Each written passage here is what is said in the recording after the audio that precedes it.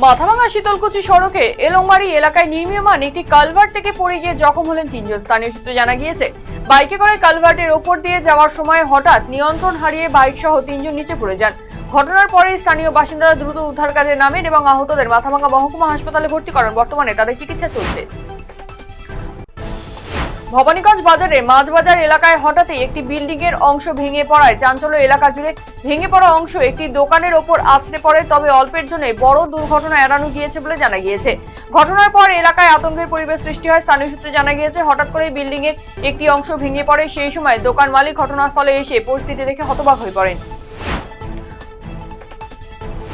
ভুয়ো টিকিট দেখিয়ে সরকারি মেডিকেল কলেজের ওয়ার্ডের ভেতরে প্রবেশ করতে বাধা দেওয়ায় নিরাপত্তা রক্ষীদের মারধর করার অভিযোগ উঠল রোগীর পরিজনদের বিরুদ্ধে। ঘটনায় চাঞ্চল্য মালদা মেডিকেল কলেজের মাতৃমা বিভাগে।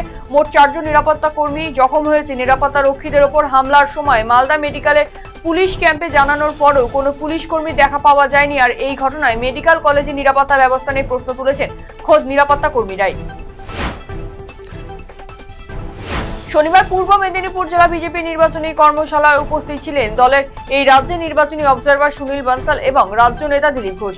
আগামী 4 মে বিধানসভার নির্বাচনের ফলাফল ঘোষণা। তার আগে পূর্ব মেদিনীপুরে বিজেপি নির্বাচনী কর্মশালা অনুষ্ঠিত হলো। এই নির্বাচনী কর্মশালায় উপস্থিত ছিলেন রাজ্যের বিজেপি অবজারভার সুনীল বানসাল, কেন্দ্রীয় মন্ত্রী ভূপেন্দ্র যাদব, বিজেপি রাজ্য সভাপতি শ্রমিক ভট্টাচার্য, খড়গপুরের বিজেপি প্রার্থী দিলীপ ঘোষ সহ বিজেপির 36টি বিধানসভা কেন্দ্রের বিজেপি প্রার্থী এবং বিজেপির একাধিক কার্যকর্তা।